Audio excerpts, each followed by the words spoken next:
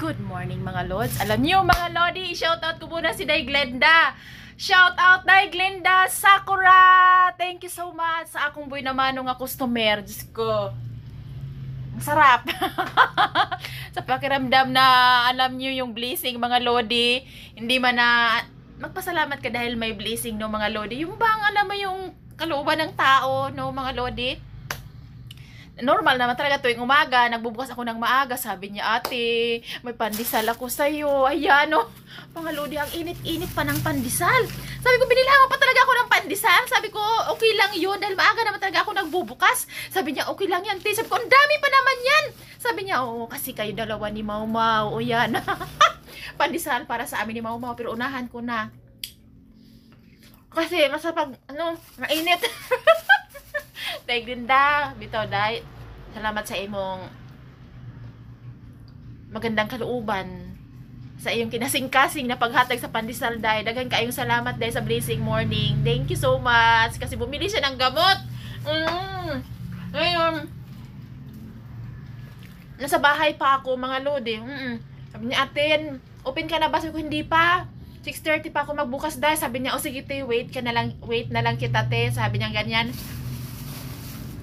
Ayun nga mga Lodi, pagbukas, una muna ako nagbubukas sa salon. Pagkataso ng salon, wala, nandiyan na si Day Glenda. Dari ako pag arrange doon sa kabila. Lagi yung mga kailangan ko doon na ayusin. Post tubig, ganyan. Pag morning, ganyan, palaki-laki tayo, yan. Tapos pagtawid ko, ayan na, bit-bit niya itong pandesal. Day, wala pa si Mamaw, Day. Ako sagi ka na, usa. Ayun niya, mabugnaw na. Ito, ang hugusa, kay init pa. Maraming salamat, Day Glenda.